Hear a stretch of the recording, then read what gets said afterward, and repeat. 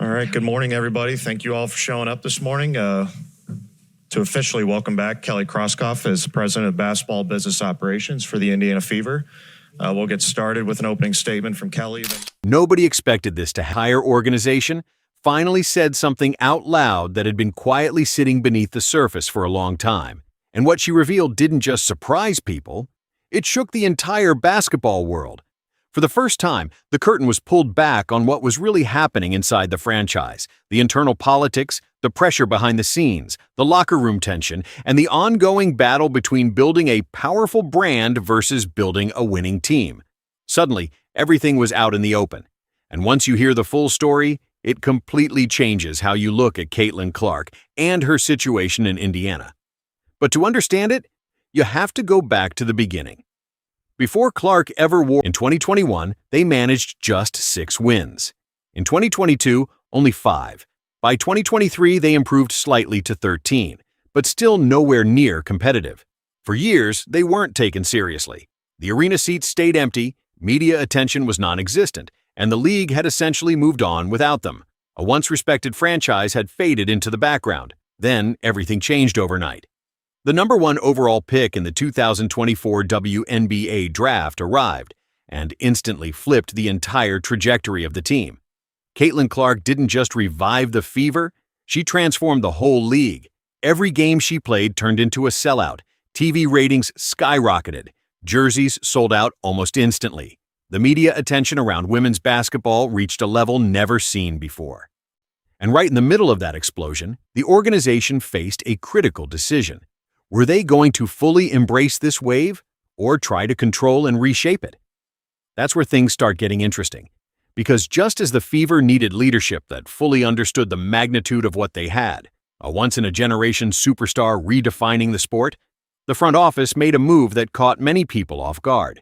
They brought in Kelly Krauskopf as the new president of basketball and business operations. On paper, it made perfect sense. Something felt off. At the time, most people ignored it.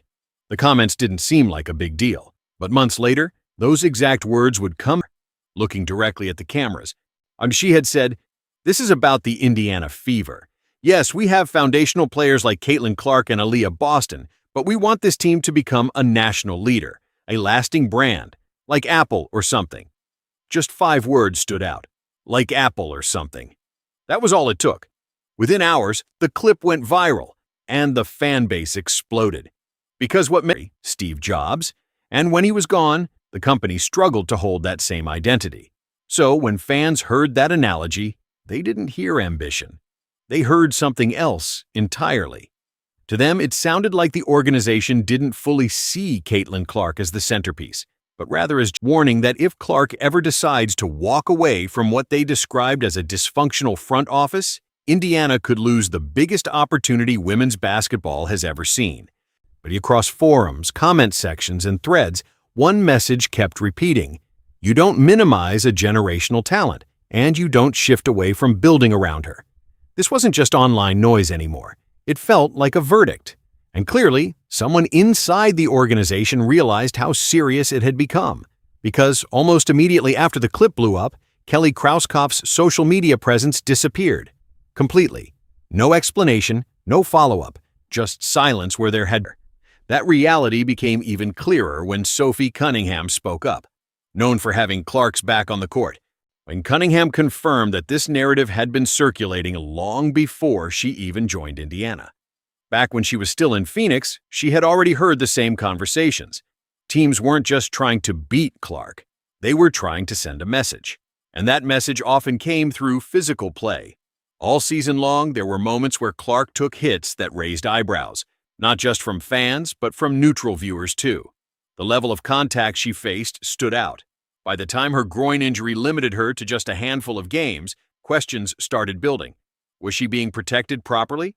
A growing number of observers didn't think so, but even that wasn't the full story. Because while all of this was unfolding in public, the criticism, the physicality, nor the media storm, something unexpected was happening behind the scenes. The truth about what it's actually like to be Caitlin Clark's teammate was finally starting to come out. And it wasn't what the critics had been predicting. For months, one storyline kept getting repeated about Caitlin Clark. that she was the problem. Critics pushed the idea that her presence was dividing the locker room, that teammates resented the spotlight, the fame, the constant attention surrounding her. According to that narrative, the situation inside the Indiana Fever was fragile and ready to break. Then things escalated. Sheryl Swoopes went on a podcast in September 2024 and made a serious claim that key players on the Fever quietly didn't want to be there anymore, that whatever was happening around Clark had become too much to handle. But that statement spread like wildfire. It was repeated across media, discussed endlessly online, and slowly turned into accepted truth, even without real proof. It became background noise that followed the team everywhere. But then Clark addressed it herself. She appeared on a March Madness alternative broadcast hosted by Diana Taurasi and Sue Bird. And instead of reacting emotionally, she stayed completely composed. No anger, no defensiveness. Just a simple point. People often assume they understand what's happening behind closed doors, when they actually don't. And more importantly, her teammates backed that up, not with words, with actions. When Clark returned from injury during the 2025 playoffs, the reaction from her teammates said everything. They rushed onto the court. They interrupted her interview. They celebrated her in a way that didn't feel staged. It felt real. When the Fever won the Commissioner's Cup, the locker room energy told the same story. Genuine excitement, laughter, connection, no tension, no visible cracks, which exposed something important. This story was never really about whether her teammates liked her. It was about something else entirely. Because inside that locker room, the relationships were strong. Aaliyah Boston and Clark built real chemistry.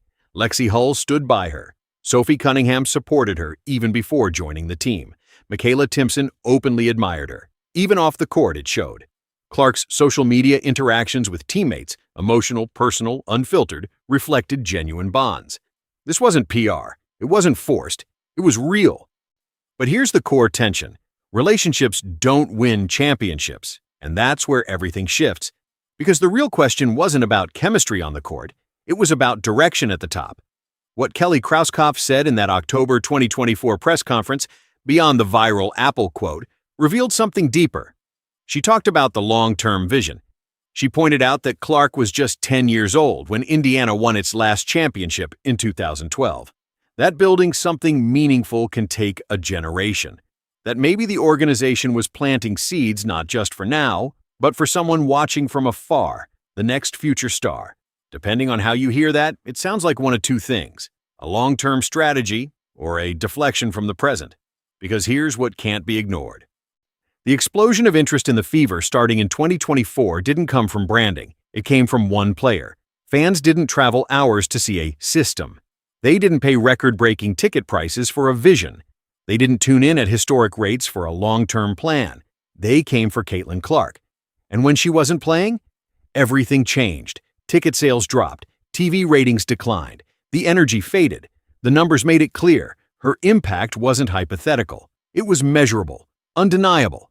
And yet, the messaging from the top of the organization kept circling back to the same themes: the team, the brand, the institution, almost as if the person driving all of that attention and was separate from it.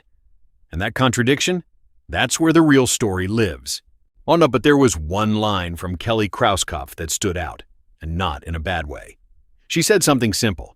If you're a smart basketball player and you watch how Caitlin Clark plays, you'd want to play with her. At the time, it sounded like a generic compliment, but it turned out to be more true than anyone realized. Because quietly, behind all the noise, the Indiana Fever had become one of the most attractive destinations in the entire WNBA. Players were taking less money just to be there. Veterans were choosing Indiana over other options, not for marketing, not for branding, but for the chance to share the court with Clark. And it made sense. The fan base she created wasn't just showing up. It was transforming arenas. Every game felt bigger, louder, more important. This wasn't a normal season anymore. And it felt like something larger. And almost unintentionally, the Fever became a team players wanted to join. Not because of some long-term corporate vision, but because of a generational talent who elevated everyone around her. Then came 2026. And suddenly, everything got more complicated. Wallace headed to Toronto. At the same time, what was supposed to be Clark's breakout second season turned into a frustrating battle with injuries. limiting her to just 13 games. And still, even in that limited stretch, she put up elite numbers, around 16.5 points, 8.5 assists, and 5 rebounds per game. She still made the All-Star team. She was still the center of attention across the league, even when she was sitting on the bench in street clothes. But that's the level of impact we're talking about. At the same time, the organization was investing heavily in the future, including a $78 million performance center set to open in 2027, a project designed to attract top-tier talent and establish long-term stability. On paper, the foundation is there. But here's the real question. Do the people making decisions truly understand what they have right now? Because underneath all the debates, the front office criticism, the locker room rumors, the media narratives, the truth is actually very simple. This is a franchise that went from winning 5 games a season to becoming the most watched team in women's basketball in just 1 year. Strategies or corporate plans. They happen because of once-in-a-generation players, the kind who make everything around them more exciting, more competitive, and impossible to ignore. That's why the reaction to the Apple-level brand comment was so intense. Because moments on the sideline, in the way they support her, is consistent. Playing alongside Caitlin Clark isn't just different. It's rare. It's an opportunity that doesn't come twice. And that's the part the organization can't afford to miss. Because the window? It's open right now. The opportunity is already here. The only question left is whether they're bold enough to fully embrace it before it's gone.